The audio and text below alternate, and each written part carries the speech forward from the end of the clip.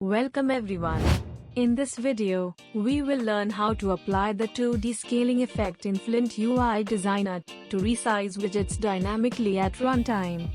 This is useful when you want elements to grow, shrink, or react dynamically, like buttons that expand on interaction. First, drag and drop the widget into the design view. This can be an image or an icon. Next, create data variables that will control the scale.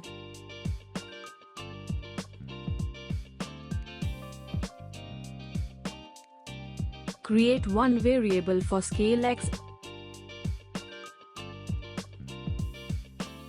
and another for scale Y, depending on how you want the widget to change size.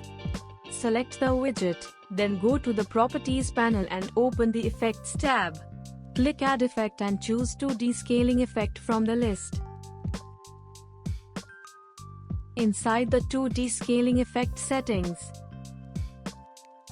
map your scale X variable to the X scale, and map your scale Y variable to the Y scale.